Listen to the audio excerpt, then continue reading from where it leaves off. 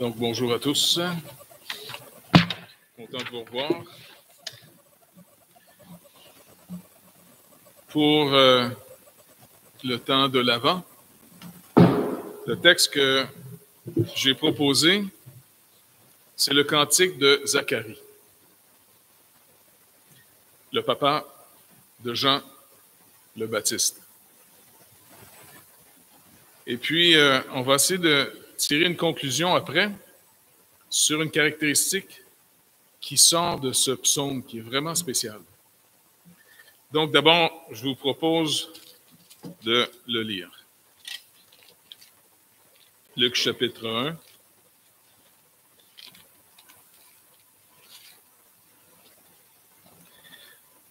Et c'est à partir du verset 66, lorsqu'il nous est dit « Zacharie, son père, fut rempli du Saint-Esprit, et il prophétisa en ces mots. Béni soit le Seigneur, le Dieu d'Israël, de ce qu'il a visité et racheté son peuple, et il nous a suscité un puissant sauveur dans la maison de David, son serviteur, comme il l'avait annoncé par la bouche de ses saints prophètes des temps anciens.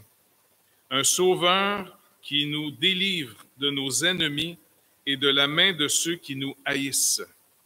C'est ainsi qu'il manifeste sa miséricorde envers nos pères et se souvient de sa sainte alliance, selon le serment par lequel il avait juré à Abraham, notre père, de nous permettre, après que nous serions délivrés de la main de nos ennemis, de le servir sans crainte, en marchant devant lui dans la sainteté et dans la justice tous les jours de notre vie. Et toi, petit enfant, tu seras appelé prophète du Très-Haut, car tu marcheras devant la face du Seigneur pour préparer ses voies, afin de donner à son peuple la connaissance du salut par le pardon de ses péchés, grâce aux entrailles de la miséricorde de notre Dieu, en vertu de laquelle le soleil levant nous a visités d'en haut, pour éclairer ceux qui sont assis dans les ténèbres et dans l'ombre de la mort, pour diriger nos pas dans le chemin de la paix. Donc, la lecture de la parole de Dieu. Vous connaissez quand même, je présume, le contexte un peu de l'histoire de M. Zacharie, qui avait été visité. Il est, entre autres, un sacrificateur qui faisait le service, il faisait partie de ce groupe, finalement, de sacrificateurs qui, à tous les jours, soit s'occupait du chandelier, l'encens, les pains de proposition. Et lui, sa tâche, c'était, entre autres, de s'occuper, finalement, de l'autel des encens. Et toutes ces choses étaient une image qu'un jour, la réalité viendrait. En passant, l'autel de l'encens, d'après vous, c'était une image, le type de quoi, qui est maintenant une réalité? Oui, la prière. Parce que dans l'Apocalypse, Jean reprend beaucoup de ces images pour nous donner le sens maintenant réalisé. À toutes les fois que, par exemple, nous avons chanté, on loue le Seigneur, on prie, on intercède, eh bien, c'est l'image de l'encens qui monte devant Dieu. Alors, finalement, cet homme était encore dans une période où on servait Dieu, mais séparé de Dieu, car il était de l'autre côté du voile. Lui n'a jamais pénétré dans le lieu très saint, car c'était seulement un sacrificateur. Seul le souverain sacrificateur, une fois par année, avec du sang, pouvait entrer de l'autre côté du voile. Et même, j'avais appris, je ne sais pas, les rabbins rappelaient que quand ils parlent de ce qui se passait, là, en tout cas, ce qu'on apprend d'Israël, c'est ce qu'il nous disait. Il paraît qu'on attachait le pied du souverain sacrificateur avec une corde et une clochette. En cas que si jamais il meurt, eh bien, on ne pouvait pas rentrer de l'autre côté, sinon on mourrait tous. Alors, on le tirait avec la corde pour le sortir. Donc, c'était un service un peu risqué quand même. Hein? De jamais savoir si tu sortais vivant du séjour dans ce lieu très saint. Tout ça pour nous rappeler, encore une fois, comme l'Épître aux Hébreux l'auteur de l'Épître aux Hébreux, passe beaucoup de temps à engager les Juifs maintenant à vivre dans la réalité accomplie de l'œuvre de Jésus-Christ. En mourant sur la croix, eh bien, c'est en mourant physiquement, il déchire le voile. Son corps était le voile. Et c'est pour ça que lorsqu'il est mort, vous vous rappelez, au moment où il meurt, le voile dans le temple se déchire d'en haut jusqu'en bas. Pour montrer que maintenant, nous, en tant que peuple de Dieu, rachetés par le sang de Christ, on a accès au lieu très saint. Mais il y a un danger. C'est le danger de négliger notre communion avec le Seigneur. Vous vous rappelez que Paul nous dit « N'attristez pas l'Esprit de Dieu. N'éteignez pas donc sa lumière en nous. » Parce qu'on peut avoir un mode de vie qui peut attrister, donc vraiment faire que notre communion est brisée avec le Seigneur. C'est pour ça qu'à toutes les fois que le Seigneur nous met en lumière sur une faute, un peu comme on en parlait, là, on lève la main, avouez vos transgressions devant le Seigneur. Avouez, donnez pas une... Il y a un danger énorme, c'est de donner une explication pourquoi vous avez fait le mal. On est dans une époque où on essaie toujours de trouver une raison qui justifie. Pas vrai? T'sais, on dit « Ah non, c'est parce que quand tu étais petit, ta maman t'a pas assez aimé, c'est pour ça que tu n'es pas gentil, blablabla. » Non, c'est des niaiseries, ça. Confessons notre culpabilité. Il est venu nous pardonner et nous purifier de toute iniquité. Donc, entretenons pas, appelons pas le mal bien en lui donnant une explication. Confessons nos fautes. Donc ici, finalement, dans le contexte, on voit Gabriel, qui est vraiment un messager qui est venu à plusieurs reprises. Entre autres, c'est le messager qui était venu aussi donner des instructions à Daniel le prophète lorsqu'il était à Babylone. C'est aussi celui qui a visité Marie pour lui annoncer que c'est elle qui avait été choisie pour être la fameuse jeune fille qui va porter le Messie. Maintenant, il va aussi visiter Zacharie lorsqu'il est dans le lieu saint, en train finalement de préparer l'autel de l'encens.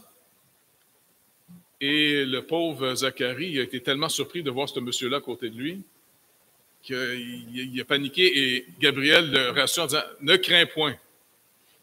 Et il va lui donner finalement que sa femme va être enceinte et parce que Dieu a entendu tes prières. Ils sont un vieux couple.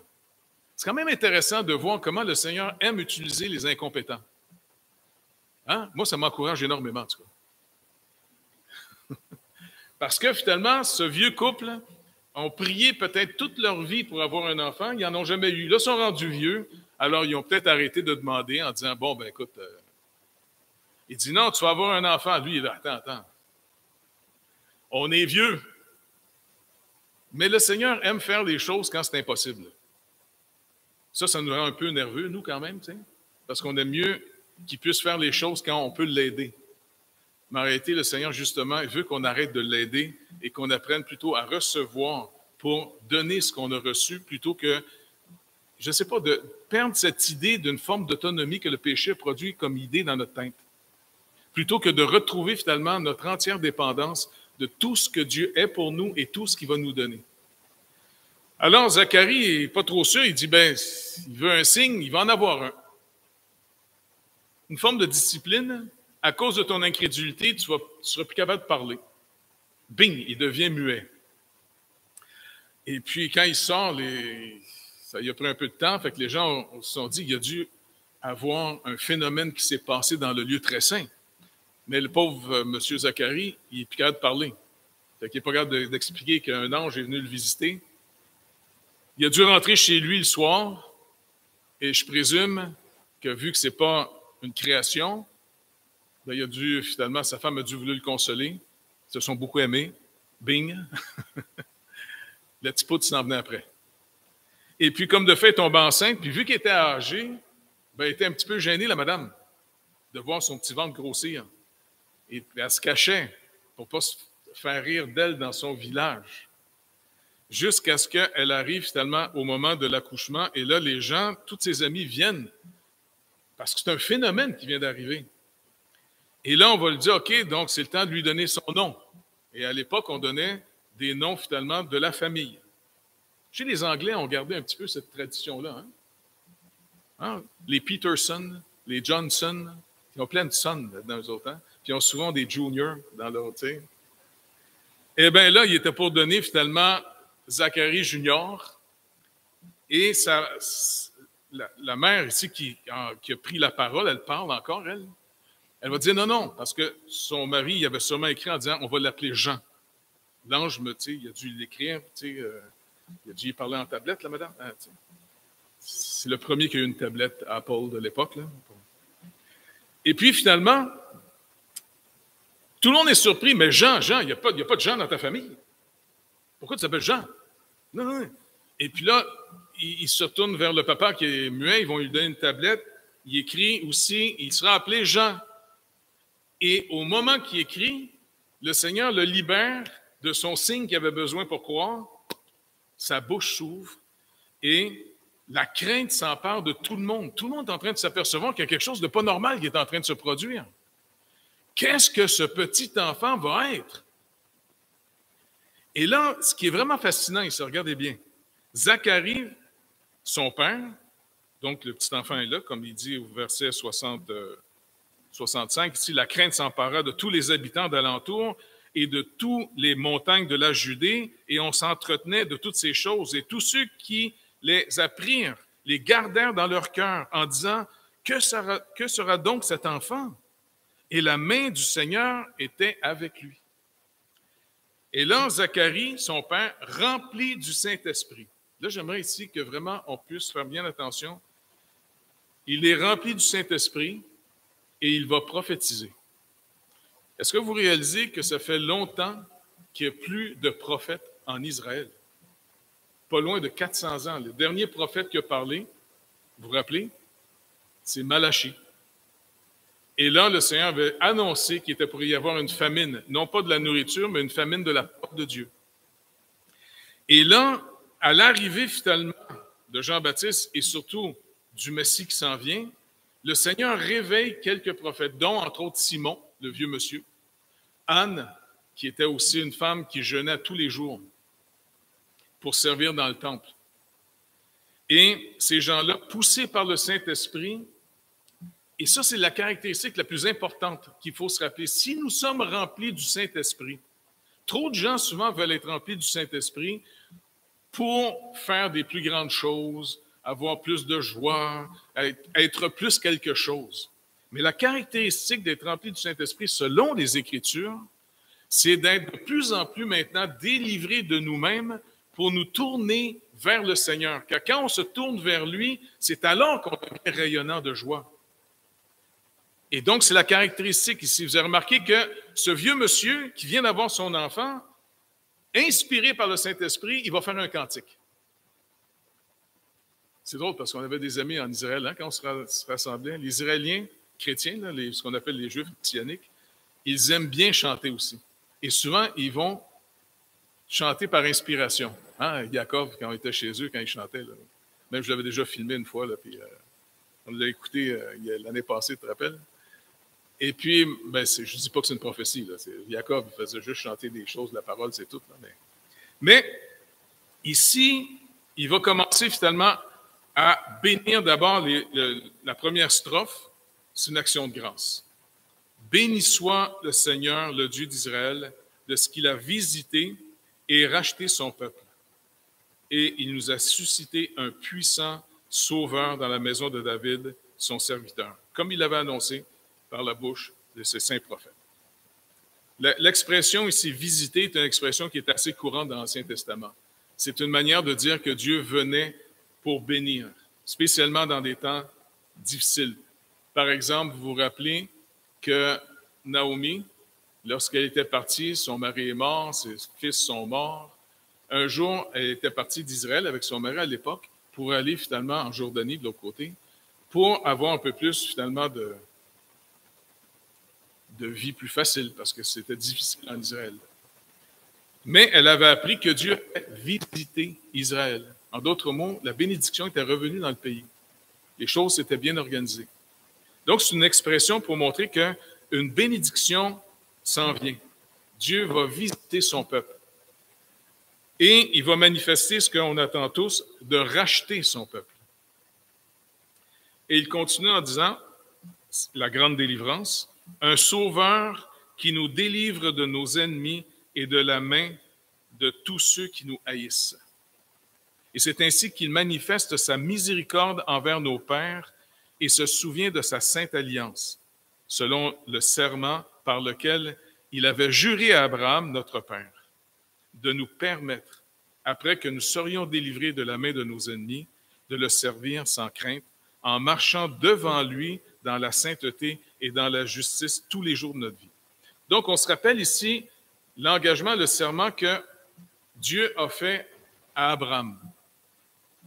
J'aimerais juste, si vous vous rappelez, finalement, au chapitre 12 de la Genèse, quand Dieu appelle Abraham, Abraham va devenir tout ce que Dieu va lui donner. Encore une fois, c'est un peu ici dans le principe de vraiment comprendre l'œuvre de Dieu dans notre vie. Il ne va pas être quelqu'un qu'il faut qu'il monte la moitié de la montagne et Dieu va descendre l'autre moitié. Le Seigneur descend carrément toute, on pourrait dire, la montagne pour aller chercher cet homme qui, de toute façon, était dans un peuple idolâtre. Et puis, il a été le chercher à Ur. Il lui a donné un appel. Et donc, on voit que il n'a pas trouvé quelque chose en Abraham. Puis même, je parlais tout à l'heure en parlant ensemble un peu sur... Il y a une mauvaise traduction et on a je ne sais pas, tout le monde pense que Jacob, quand on lit l'histoire de Jacob, que c'était un tortueux. Pas vrai? C'est faux. Parce que il y a une mauvaise traduction souvent dans nos Bibles. Lorsque Dieu introduit l'histoire de Jacob et d'Ésaü, il rappelle d'abord Jacob comme étant un chasseur, quelqu'un qui tient... Ah, excusez, Ésaü, oui, c'est ça, oui. Et puis, après, quand il parle de Jacob, il est dit finalement c'est un homme qui vivait sous les tentes, un homme tranquille.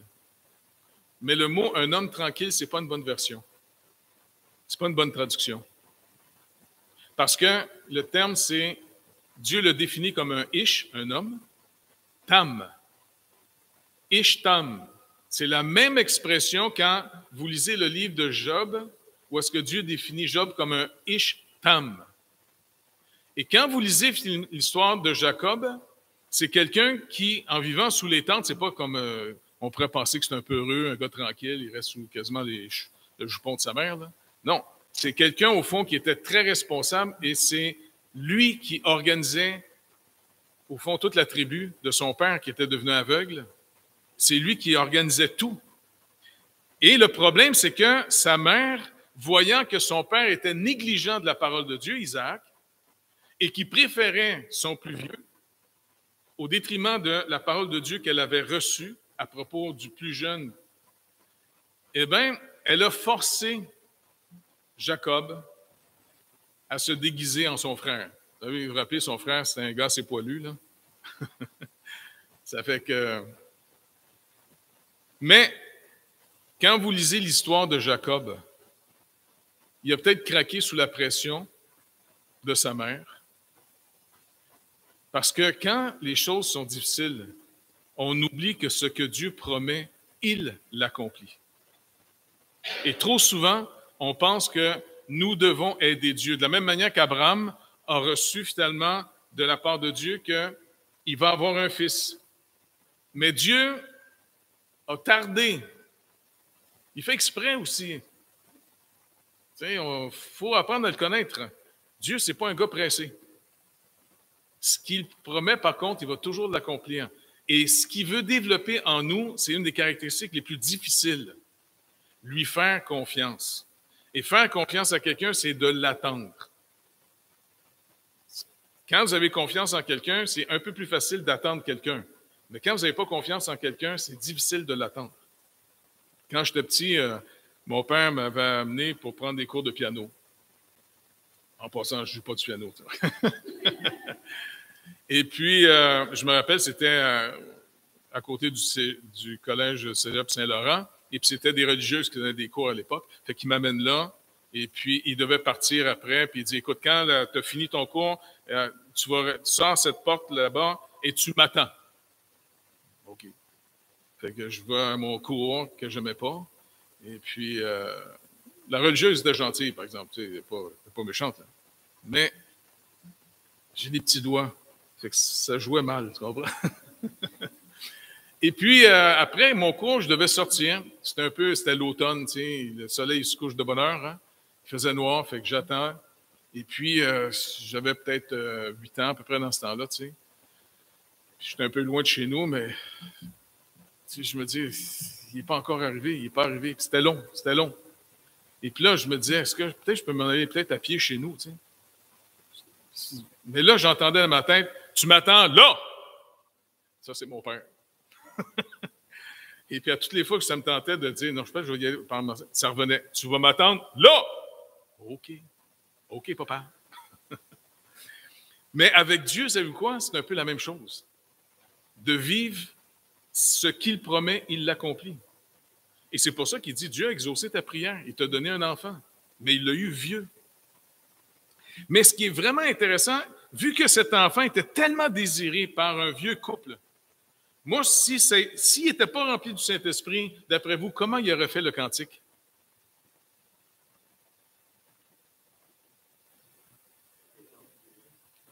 Oui. Et puis, comment ça aurait été manifesté dans le cantique? Il aurait parlé de son petit poutre sans arrêt. Pas vrai? Hey, je viens d'avoir un enfant, l'œuvre de Dieu, c'est merveilleux, mon petit bébé, attends. Ça aurait été un cantique sur, tiens, Happy birthday to you, c'est juste pour le bébé. Mais au contraire, rempli du Saint-Esprit, il va commencer d'abord à bénir Dieu. OK, on pourrait dire qu'il aurait été content aussi d'avoir l'enfant. Mais il va surtout parler du Messie. Il ne parle pas nécessairement de son fils encore. Et quand il va parler finalement de le Messie qui va venir nous délivrer afin qu'on puisse servir Dieu, il ne parle pas finalement, enfin, j'ai un fils que je vais aller pouvoir prendre des marches avec lui, et puis j'ai mon petit garçon. Non, là, il parle de l'œuvre qui va se produire que, après ça, quand il va dire, et toi, petit enfant, là, il parle de son petit qui vient de naître, tu seras appelé prophète du Très-Haut, car tu marcheras devant la face du Seigneur pour préparer ses voies. Il ne parle pas finalement, il est en train de rappeler dans le cantique comment le petit va servir le Seigneur. Comment il va être celui qui va faire connaître les voies et les chemins du Seigneur. Et je pense que c'est une des caractéristiques d'être rempli du Saint-Esprit. Le Saint-Esprit nous délivre de ce que Paul appelle d'une chose qu'on a tous malheureusement. Il dit, on est des adorateurs de la créature et non du Créateur. Vous vous rappelez dans l'Épître aux Romains quand il parle, notre problème d'être des adorateurs de la créature. Et ça reste finalement un danger qu'on a tous, de toujours essayer de se regarder nous, plutôt que de regarder au Seigneur. Et en même temps, son amour, il est reçu. Et si Jean nous dit dans 1 Jean, chapitre 4, verset 19, si je ne me trompe pas, que si on aime, l'enfant de Dieu a une caractéristique d'aimer son prochain, d'aimer le Seigneur, et aussi il s'aime, il n'y a pas de problème, et on se déteste pas, même si on compte plus sur nous. Mais la caractéristique de l'enfant de Dieu d'aimer vient pas qu'il est capable par lui-même d'aimer. C'est qu'il dit, car premièrement, le Seigneur nous a aimés.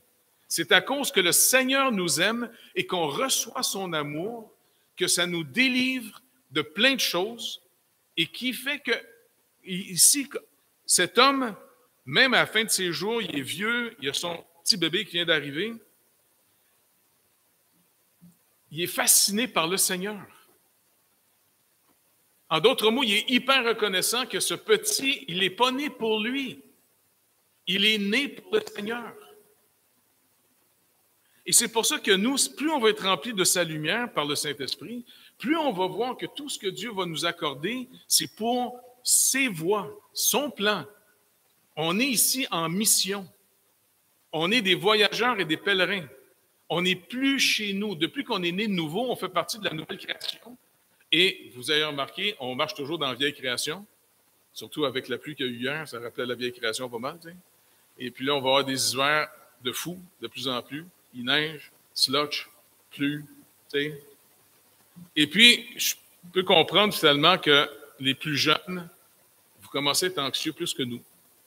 parce que vous entendez parler toujours des excès climatiques, les crises écologiques, et on ne s'en va pas vers mieux.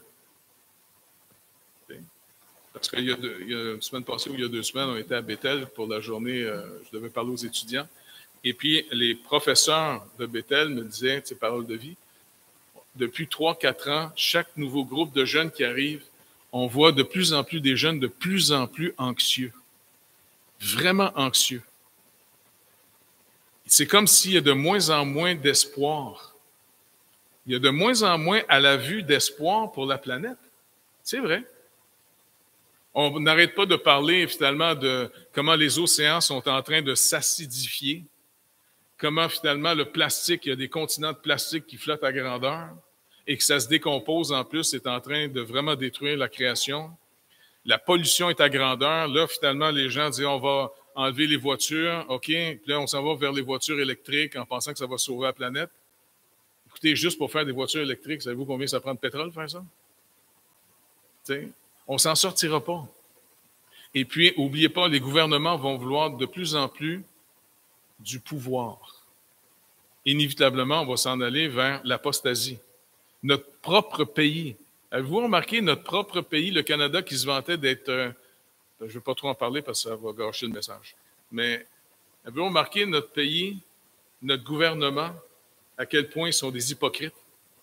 Il faut prier pour eux autres, mais c'est des hypocrites. C'est facile de trouver un bouc émissaire. Parce qu'en ce moment, on révèle énormément de fausses, des tombes de petits-enfants, d'Autochtones qui ont été négligés à mort. Pas vrai? Et le gouvernement prend plaisir de pointer vers l'Église catholique. Mais est-ce qu'on réalise que notre pays, depuis la colonisation, a fait un péché? Ce qu'on appelle le péché de Jéroboam. Est-ce que vous vous rappelez le monsieur Jéroboam, celui qui s'opposait à Roboam? Quel était son péché à Jéroboam? Quand il a divisé Israël et qu'il est parti avec les 10 tribus vers le nord, à un moment donné, il s'est rappelé une chose que Dieu avait commandée à son peuple.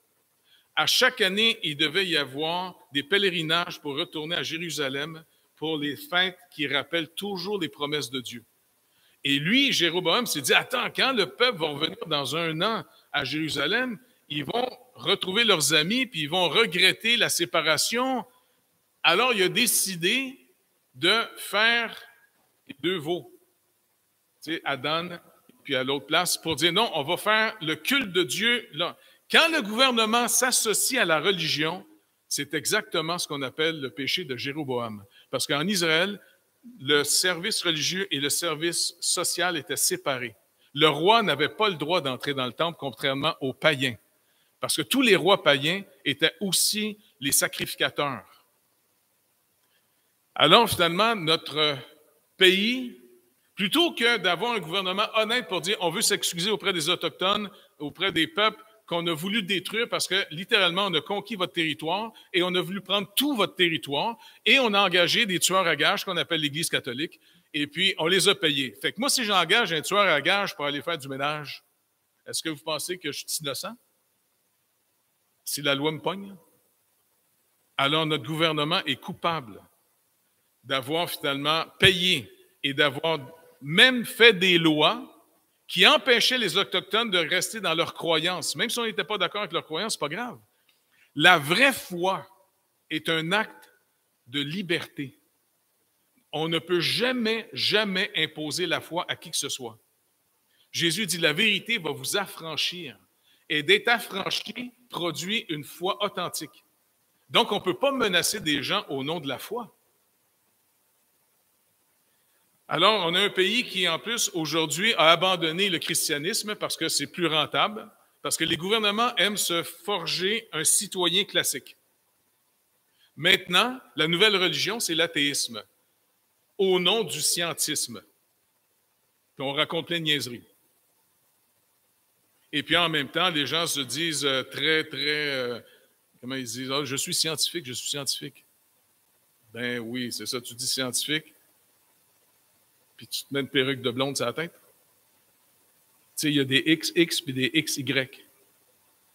Puis je pense qu'il y a une madame qui s'est fait barrer de partout, qui était assez populaire, celle qui écrivait les romans de Harry Potter, là, tu sais.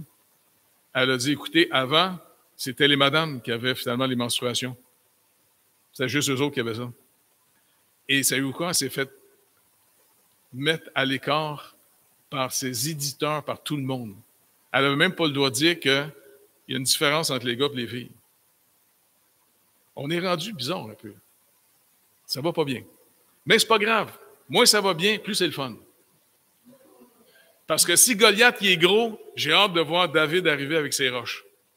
Puis notre David, il est ressuscité, et puis pour lui, il n'y a aucun problème. Et c'est pour ça finalement que, rempli du Saint-Esprit, finalement, on est en train de voir celui qui nous délivre, le Tout-Puissant. Et il finit en disant, afin de donner à son peuple, ça c'est la mission de son petit garçon, afin de donner à son peuple connaissance du salut par le pardon des péchés, grâce aux entrailles de miséricorde de notre Dieu. Dieu le fait par compassion. Encore une fois, il y a une chose qu'on devrait vraiment faire attention à ne pas négliger quand on voit ici, c'est comment à tous les jours on reçoit l'amour de Dieu pour nous.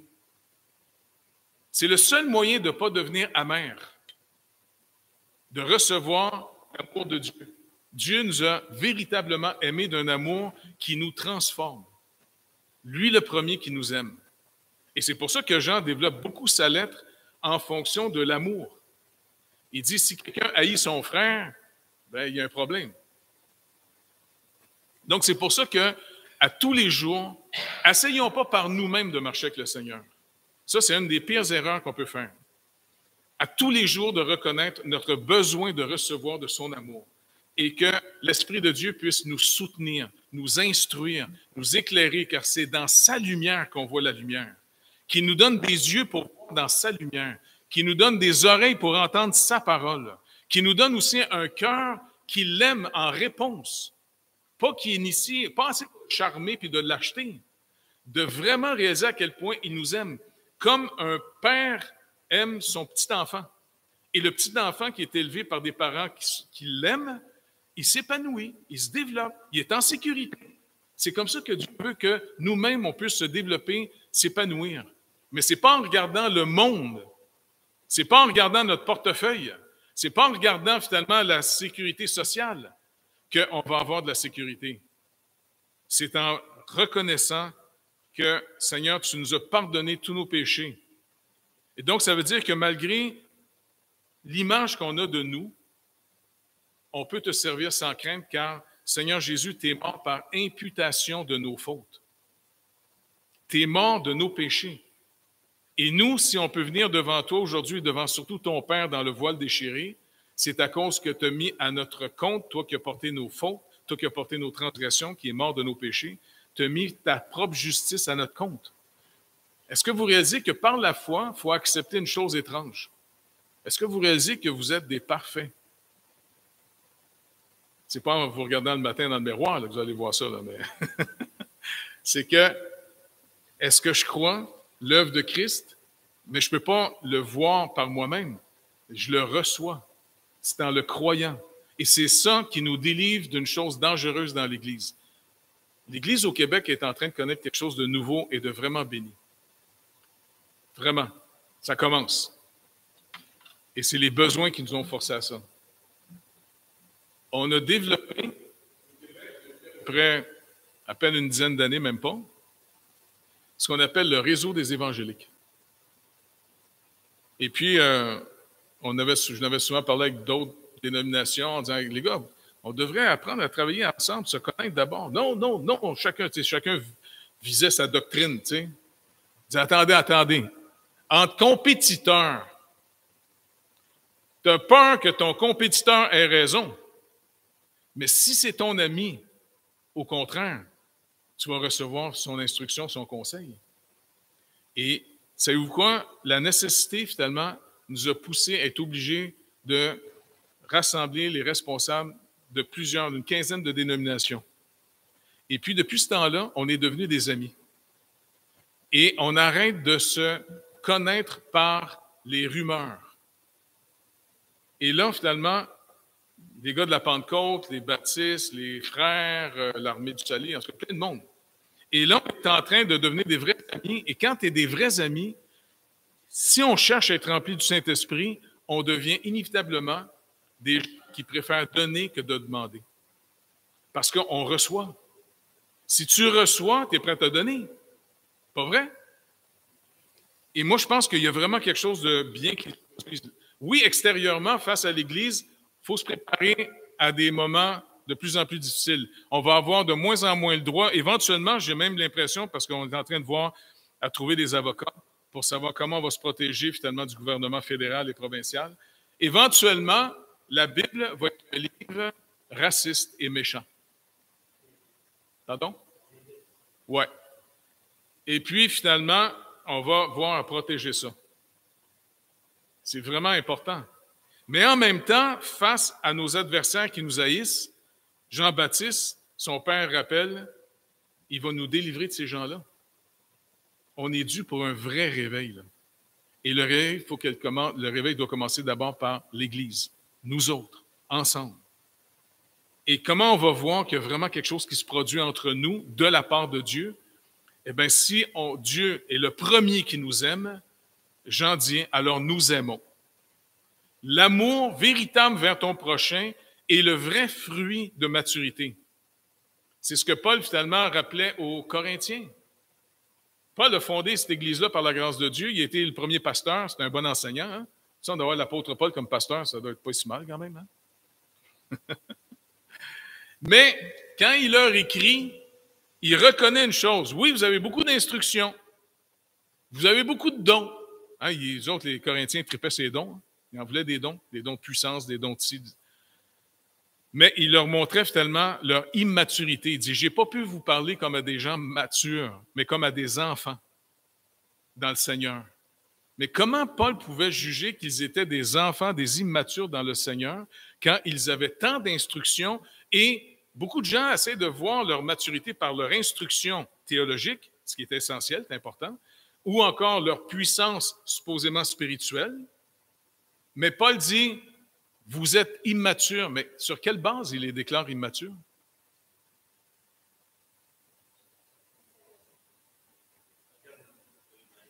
Oui, c'est sûr qu'il était très narcissique, là, c'est vrai. Il se regardait beaucoup, là, tu sais. Il faisait des petites gangs à eux autres. Moi, je suis de Pierre, moi, je suis d'un blablabla.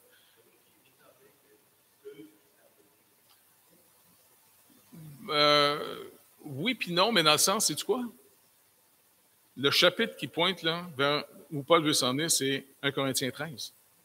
Tu as beau avoir toute la connaissance, si tu n'as pas l'amour. Tu as beau avoir la foi déplacer les montagnes, si tu n'as pas l'amour. Tu as beau même te mettre dans des œuvres humanitaires, puis même aller te brûler sur la place publique, si tu n'as pas l'amour, ça ne sert à rien. Donc, l'amour, Paul voyait que l'immaturité, ces gens-là, parce que finalement, encore une fois, ils s'étaient tournés vers eux-mêmes. Ici, Jean-Baptiste va avoir un appel absolument incroyable.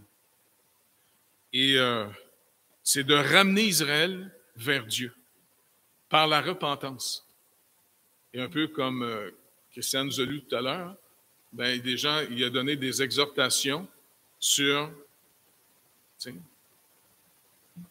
Mais je pense que pour nous, c'est la même chose. Pour être éclairé, si on veut finalement être des chandeliers dans un monde de plus en plus ténébreux, eh bien, il dit, pour éclairer ceux qui sont dans les ténèbres, dans l'ombre de la mort, notre culture entre de plus en plus dans les ténèbres et elle produit une culture de mort. Avez-vous remarqué comment on va banaliser la mort des gens aujourd'hui? L'avortement, si vous parlez contre ça, vous risquez d'avoir des amendes. Deuxièmement, on encourage les vieux à mourir. Parce qu'on trouve que les vieux vivent trop longtemps à cette heure. Ça meurt plus, les vieux. Sont-ils fatigants? Et puis, finalement, des gens qui ont des problèmes de dépression ou des gens qui sont non fonctionnels, vous allez voir de plus en plus, même j'ai un ami c'est une famille d'accueil pour des enfants autistes. Lui et sa femme font un travail incroyable. Ils prient beaucoup pour ces enfants-là, puis ils ont vu des délivrances, surtout en les aimant. Puis vraiment, il y a des jeunes qui sont en train de se tourner vers le Seigneur là-dessus, malgré tous leurs problèmes. Et ils s'épanouissent, et même les services sociaux sont impressionnés de savoir que, coudonc, qu'est-ce qui se passe avec eux autres? Mais il m'a appris une leçon, quelque chose de... Il y a une chose terrible. Le gouvernement est en train de planifier une loi, comme déjà, ils encouragent fortement les femmes enceintes de voir si votre enfant est parfait. Sinon, ils le tuent. Et là, de plus en plus, ils vont passer une loi. Ces enfants qui sont autistes, retardés mentaux, eh bien, il va y avoir de l'infanticide. On va banaliser ça par des téléromans. Les gens, en ce moment, se nourrissent de téléromans. On va encourager les vieux d'arrêter d'être égoïstes puis d'aller, finalement, je ne sais pas s'il y en a qui sont assez vieux qui se rappellent de ce film-là, Soleil vert. On a encouragé les vieux à s'en aller, finalement, à l'abattoir pour les transformer en de la protéine à manger. Oui. C'est quasiment un film prophétique, on dirait, tu sais. Parce qu'ils vont dire, écoute, les vieux, surtout les Alzheimer, puis tout ça avec un langage très poétique. On va en compassion de ces gens-là, ils ne veulent pas subir tout ça. Tu sais. Je veux dire, mais est-ce que nous, on peut être l'Église de Christ ici pour ramener notre pays, non pas finalement à une plus haute morale, mais ramener d'abord notre pays à Christ, à celui qui nous délivre de celui qui nous hait. L'apôtre Paul nous le rappelle. C'est pas contre la chair et le sang qu'on a à se battre. Et trop souvent, c'est là qu'on va aller trop se battre. Il dit c'est contre les principautés dans les lieux célestes. Et nous, l'Église, que le Seigneur puisse, par le Saint-Esprit, nous rappeler par les Écritures que nous sommes assis en Christ dans les lieux célestes. En d'autres mots, je sais que ça paraît très pas concret pour bien du monde, mais notre ministère d'intercession auprès de Dieu. Dieu nous rappelle dans les Proverbes qu'il tient le cœur du roi comme un ruisseau dans sa main, qu'il peut le faire tourner d'un côté ou de l'autre. Et c'est pour ça que Paul rappelle à Timothée une des fonctions que l'Église doit faire. Il dit « avant toute chose ». C'est dur pour nous autres, avant toute chose. Avant toute chose, ça commence avec nous autres. Hein? Voici mes besoins, Seigneur, voici mes problèmes, voici moi. OK, il me reste 2-3 minutes pour un autre. J'essaie de dire, OK, avant toute chose, c'est avant moi? Oui, avant toi. OK. Avant toute chose, priez pour ceux qui sont élevés en dignité, pour les rois, pour ceux qui reçoivent selon une alliance que Dieu a faite avec l'humanité. Prie pour eux afin que, résultat, on puisse avoir une vie paisible et tranquille en toute piété. Est-ce que vous réalisez qu'on est dans un pays, c'est encore protégé jusqu'à un certain point, là, qu'on avait une liberté de vraiment servir le Seigneur?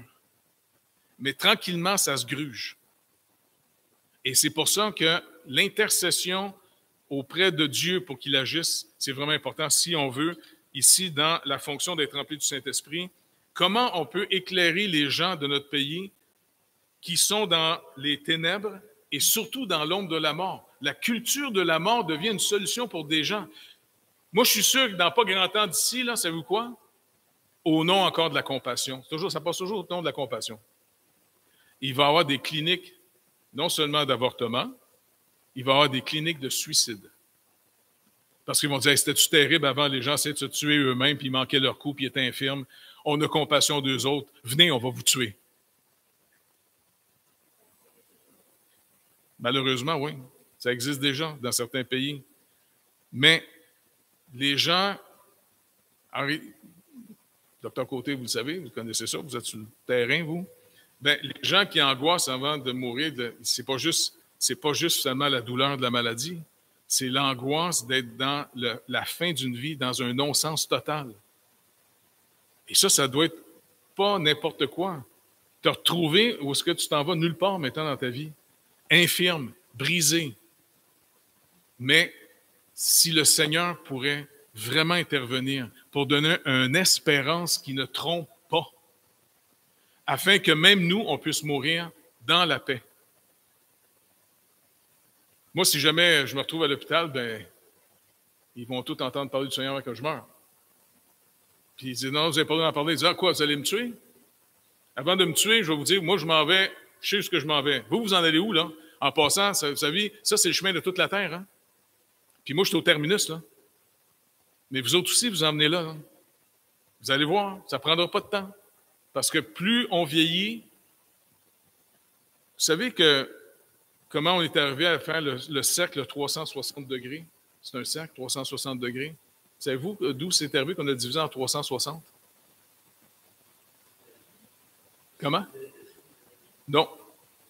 La sphère est 360 degrés. C'était sur la manière que les Grecs comptaient les jours de l'année. On faisait le tour. Eh bien, j'ai vu une illustration qui explique bien la vie.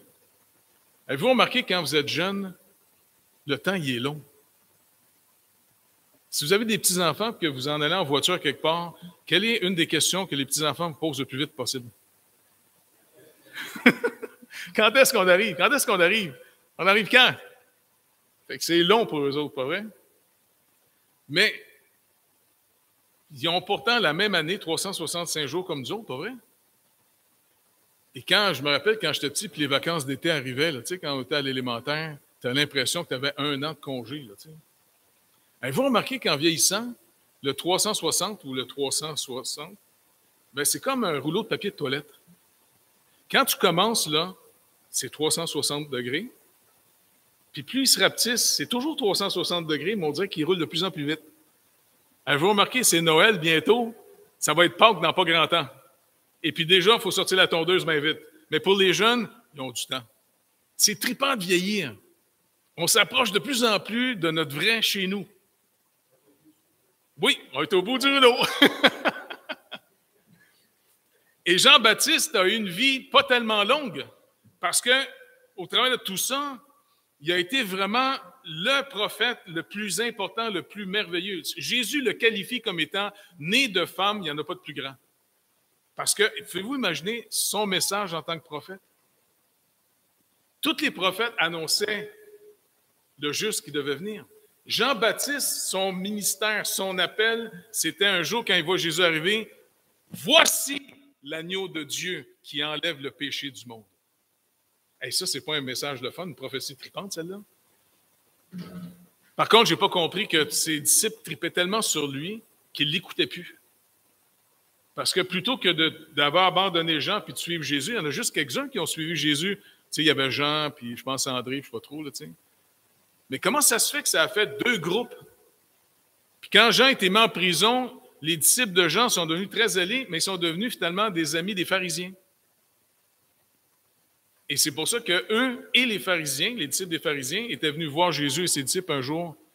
Écoute, nous autres, on apprend à prier par jeûner. Les tiens, ils ne jeûnent pas souvent. Puis le Seigneur dit non, ils n'ont pas besoin de jeûner. Ils sont avec l'époux. En d'autres mots, quand tu jeûnes, mon pauvre toi, là, parce que les pharisiens jeûnaient, il paraît 2 fois par semaine. Hein?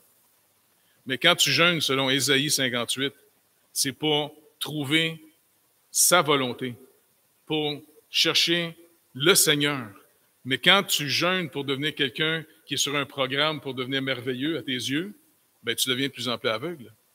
Alors, ces pauvres gens-là ont passé à côté du message du plus grand prophète qu'il n'y avait pas. Je vous dis, l'ennemi le plus dangereux, il n'est pas dehors. C'est notre chair. C'est encore une fois, est-ce que je vais croire l'œuvre de Dieu pour moi ou je vais croire l'œuvre que je fais? 2 choses différentes. Donc, si on doit marcher avec lui, c'est parce qu'il est vraiment celui qui nous a pardonné nos péchés. Il n'y a pas d'autre issue dans la vie. Il n'y en a pas d'autre. Que le Seigneur puisse venir à notre secours afin qu'on puisse être rempli de son esprit, qui nous donne d'être de plus en plus conscients de lui, de sa volonté, et qu'on puisse se réjouir de plus en plus que nous sommes son œuvre, créée en Jésus-Christ, pour les œuvres que lui a préparées d'avance afin qu'on y marche. Et en marchant dans les œuvres que Dieu lui prépare, comme ici, Zacharie, et que ce petit garçon est arrivé, c'était l'œuvre de Dieu, juste avoir couché avec sa femme. Eh bien, finalement, il est rentré dans quelque chose de phénoménal. Et pendant qu'on est ici, nous, en train d'en parler, eux sont au paradis avec le Seigneur lui-même. Trop trippant, ça. En passant, savez-vous ce que ça veut dire, paradis? Juste finir là-dessus, ça va être encourageant, vous allez voir. Surtout pour la planète. Là. Paradis. D'abord, c'est un mot qui venait des Iraniens. Chez vous. C'est rien? Bon, vous n'êtes pas loin. Parce que finalement, en hébreu, un jardin, c'est Gan. C'est Gan Eden. Eh bien, finalement, Jésus lui-même a pris ce terme-là sur la croix. Quand un des deux brigands, finalement, par le Saint-Esprit, c'est pas par sa chair, c'était deux pourris, là, deux bandits, mais un des deux a reçu la visite du Seigneur. Et ça l'a détourné de lui. Il était capable de dire à son ami, « Attends, nous, on mérite d'être là. » Il ne voulait même plus être délivré de la croix, il était en train de mourir. Et en plus, en voyant qui il est, il n'a pas vu un glorieux Seigneur à côté de lui, qui fait des miracles, qui multiplie le pain, qui marche chez les eaux. Je veux dire, Jésus, à vue humaine, il est un échec total. Mais le Saint-Esprit est venu glorifier celui qui est notre chemin. C'est lui qui nous le montre. Et cet homme-là a vu, dans la lumière de Dieu, qui est à côté de lui. Rappelle-toi de moi quand tu vas rentrer dans ton règne. Et Jésus, dans son amour, crucifié aussi en train de payer la dette du monsieur à côté. Je te le dis aujourd'hui, tu vas être avec moi au paradis. Et le gars va être asseoir au paradis avec le Seigneur. Et Jésus a pris le mot paradis. Et le mot paradis qui vient de Gan, en hébreu, c'est un super jardin, une forêt incroyable. Moi, là, ça m'encourage tellement, parce que longtemps, quand j'étais content de savoir que si on meurt, on s'en va dans la présence de Dieu, en attendant qu'on vienne avec lui un jour sur la nouvelle terre qui va créer de nouveaux cieux. Mais souvent, je me disais, on s'en va-tu dans les nuages, puis dans la vapeur, tu sais, c'est où? Jusqu'à ce que je réalise que non, le mot paradis veut dire, on s'en va chez Dieu, et puis finalement, c'est comme une grande forêt royale, un grand jardin. Encore plus trippant que d'aller au Mexique. Fait que gardez votre argent plutôt qu'aller au Mexique. Mettez ça dans l'œuvre de Dieu. Allez de l'avant, parce que quand il va venir nous chercher, on s'en va. Oui, monsieur. Puis là, c'est un 25 étoiles. Pas rien qu'un 5 étoiles. On s'en va dans un 25 étoiles. Et puis, que cette espérance nous remplisse, qu'on on reçoive continuellement ça pour que ça puisse briller sur notre visage. Parce que l'amour de Dieu, c'est comme la lumière. Savez-vous que la lumière, vous ne la voyez pas, hein? La lumière, ça ne se voit pas, hein? C'est pas complet ce que je dis là. Comment? On voit juste la lumière qui réfléchit. Mais si on est dans l'espace, puis il n'y a rien, il y a beau avoir le soleil, c'est sûr, si on le regarde, il nous rentre dans les yeux bien raides, mais si on ne le regarde plus, c'est noir. En réalité, c'est comme ça. Comment les gens vont savoir que Dieu a tant aimé le monde, qui a donné son Fils unique afin que quiconque croit en lui ne périsse point? Mais c'est en voyant nos faces. Si on se tourne vers le Seigneur, on va rayonner de sa joie. L'amour de Dieu, en le recevant, on va le réfléchir. On ne le produit pas par nous-mêmes. Ce n'est pas un commandement, produisez par vous-même l'amour. Non, recevez-le et vous allez pouvoir donner ce que vous recevez. Et c'est comme ça que Jean-Baptiste, finalement, est rentré dans son ministère. Que le Saint-Esprit puisse vraiment nous remplir de sa présence. Puis qu'ensemble, on puisse être un témoignage pour Christ plus que juste nos petites dénominations personnelles. Parce que quand on va arriver devant le Seigneur, il ne va pas dire, attendez, la Bible parle, vous, ou bien vous êtes baptiste réformé, vous êtes... il n'y a rien. Ça va être tout au nom de Jésus-Christ seul. C'est pour ça que d'être des amis, des frères, qu'on s'aide ensemble, qu'on prie les uns pour les autres, voir comment on peut s'aider. Je vous le dis, ça va être d'abord plus trippant, vraiment le fun. Et puis en plus, on va finalement entrer dans la joie du maître. Parce que si on est en compétition les uns contre les autres, c'est qu'on est encore en train de douter, on est dans l'incrédulité de la justification par la foi et nous, on est en train de marcher dans les œuvres de la loi en pensant qu'on est meilleur que les autres.